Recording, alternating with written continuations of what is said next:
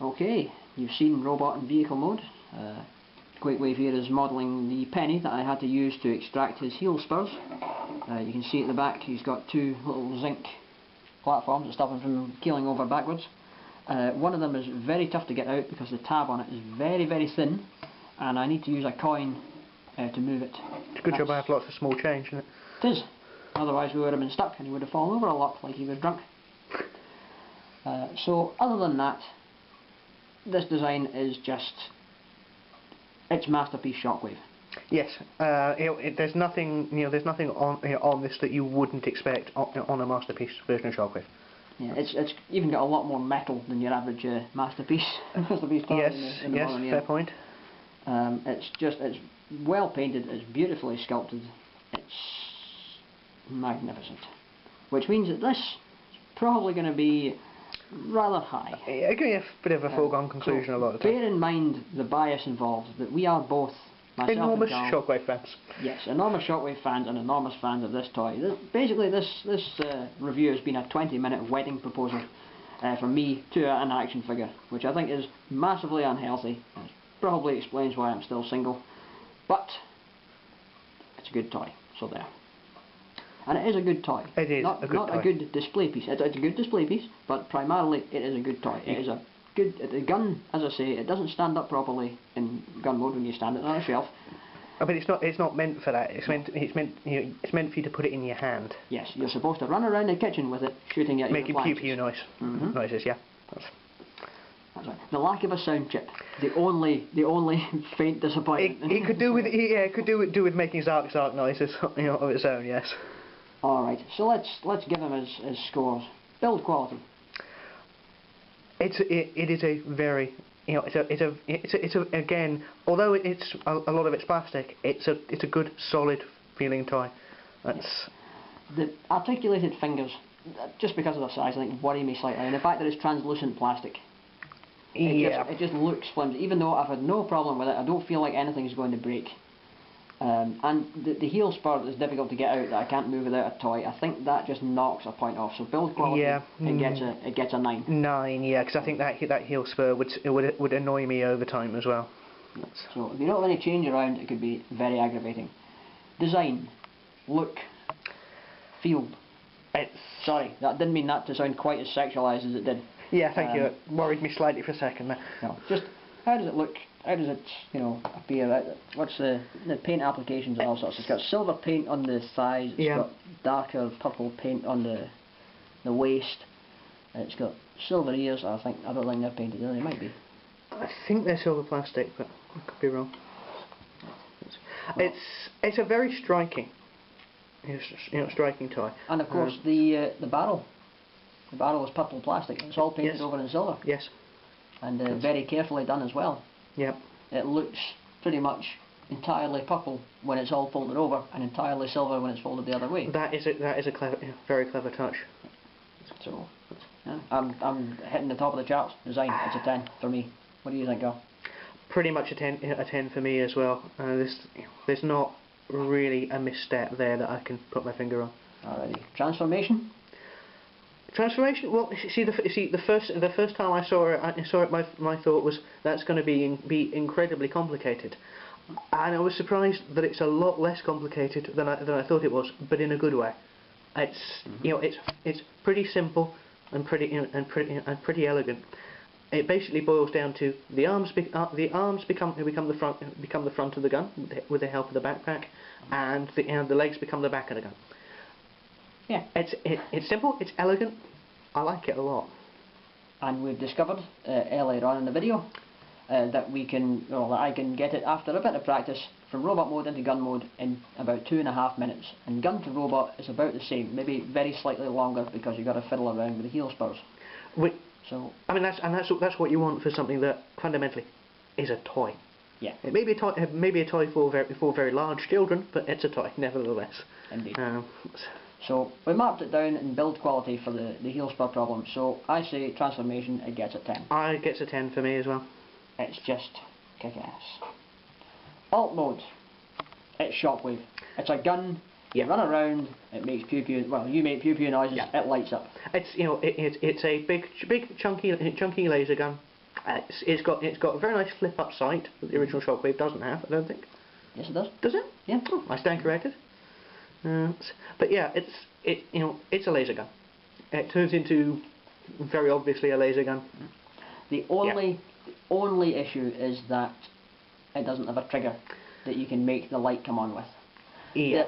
I had to take the gun arm apart because I put the battery in the wrong way, which is something I'll discuss in the paperwork section. There's actually a wire inside this, so they must have had bigger plans for this than was apparent in the finished toy. There is actually a wire running through this pipe. Right. Okay. And I think that might have gone into the torso to allow a functioning trigger, but I think it must have been phased out at some point, but they never removed the wire from there, which is funny given the price of copper these days. They kept it in. Maybe they got a job lot of them. Possibly. Maybe it was already made before they realised they couldn't make it work. Who knows? Yeah. Anyway, alt mode. Yes, lack of a trigger, bit of a shame. I still give it a 9. I would say a 9. Yes. Yeah. Alrighty. Accuracy. It's Shockwave. It's Shockwave. It looks like Shockwave. Yeah. It's Shockwave from every conceivable angle. It's a better Shockwave than any other Shockwave I have encountered. You can't mistake that for anything else. Yes. Blatantness. It's Shockwave. It's Shockwave.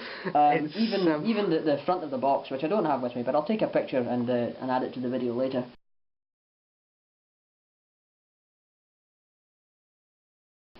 The box is even redone at a slightly different angle, a very famous Shockwave image.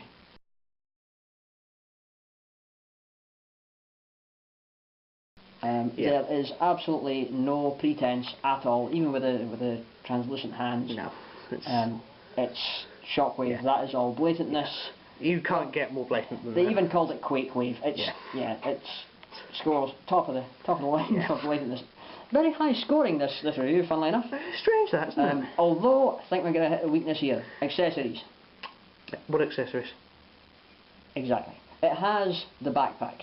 The backpack that goes on the back. It seamlessly goes on the back. Yeah, it's not really an accessory though. It's a sort of integral part of one of the modes. Yeah, alright, that's fair. So accessories, it drops down the charts, I'm afraid. It gets a 1 by default. It doesn't actually have any accessories. Well, apart from the 2 batteries that you have to install to make the electronics work, which are a giant pain in the posterior to find.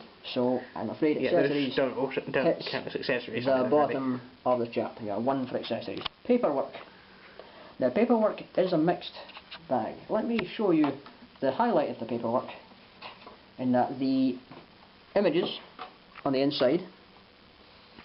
Now you'll notice that Quakewave in these pictures has a silver gun and a silver hand, rather than the translucent pink. I love the translucent pink because I'm a fan of the original Shockwave toy.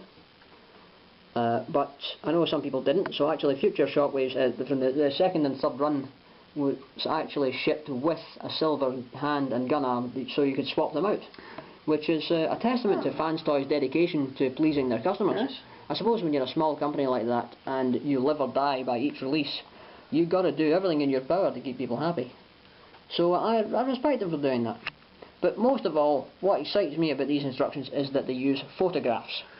Yeah, you can actually see what you're working with.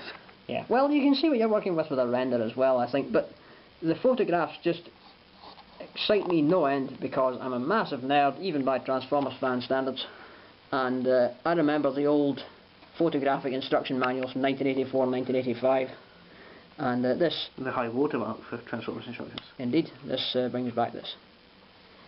And I love the fact that there's some slight English at the start of each segment. I like the feet storage. Yes. The feet storage. Feet storage, combination of hand and muzzle. Well, that makes sense, yeah. Or even, yes, recommend battery version. Here we are, CR1020 and CR1025, both types of button cell battery can go in the head, and a CR1025 is recommended for the arm. I eventually found CR1025 batteries in a watch repair station in Debenhams department store in Glasgow, after going to 3 different electronic shops and coming up short. Even Maplins didn't have this type. It's a very hard battery to come by, and it's actually quite tricky to install. You've got to push quite hard. I had to use the corner of a table to push the battery into the head. Now what you've got to be careful of here is the battery in the gun arm is shown that way round when it's being removed, and the other way round when it's actually in the arm. Now when you're installing the button cell battery, if you have bought a Shockwave, or if you've got one coming, or if you decide to buy one, don't put it in that way round. When you install the button cell in the arm, you want to have the rounded side facing the gun and the flat side facing the elbow. Bear that in mind. So other than that, you've got the pictures, you've got the slightly confusing battery installation, and there's no storyline as far as I can tell. I mean, I can't read Chinese, which is what the box is covered in, so there might be a character there, but I doubt it. I think I'm just going to say, yes, it is military commander from Evil Robots. Yes. Enough said. Yeah, so paperwork, it's got the photos, which I think is fantastic, but the instructions are kind of vague on what way around to put the batteries in, and I must have spent nearly half an hour trying to pry it back out, because I put the damn thing in the wrong way round because of the way it was shown when it was in the tweezers. So that annoyed me. So I'm afraid paperwork, he only gets a 4. Yeah, I think that's probably fair. Alrighty. So they're pretty, but we would like pretty and clarity. Yes. Alright. So that's not a bad spread, really. Yeah, he scores pretty high for everything else, including blatantness. So worth bearing in mind. If you're uncomfortable with IP infringement, then Quakewave, more than most third-party toys, is probably something that's going to make you feel rather awkward. Yeah. So we'll get this out of the way, and we'll do a quick size comparison. The only size comparison that matters. How does he stack up to MP10 Optimus Prime? And the answer is just pretty much eye to eye. Yep, eye to eye to eye. Prime and Shockwave, they're not friends, and these guys are pretty much exactly the right size to go at it, hammer and tongs, chucking themselves around your bedroom. And I've just realised how dirty that sounds. I do apologise. I don't mean to imply that Shockwave and Optimus Prime have anything sexual going on. I'm relieved to hear it. They are enemies, and that is all. They're ideologically opposed. Optimus Prime is hope and freedom, faith and courage and freedom of all sentient beings and so on and so forth. Shockwave is all pragmatism and dickery, and this is the best representation of him I have ever seen. You can get one from Kapow Toys for about £130, which is about the same as a Masterpiece toy from Takara at the moment. So while it sounds like a lot of money, and it is, I'm not going to pretend otherwise, it's not a bad deal, I think. You can also get them from online stores in China. I think chimengmeng.com. I'll put a link in the description. They are going to stock this guy as well. They're going to be selling him for about $130. The going rate on eBay seems to be about $200 for early releases, so it might be worth looking at Hong Kong if you're thinking of getting one but don't want to pay way over the odds. And I think that's Quakewave. I think that pretty much sums him up.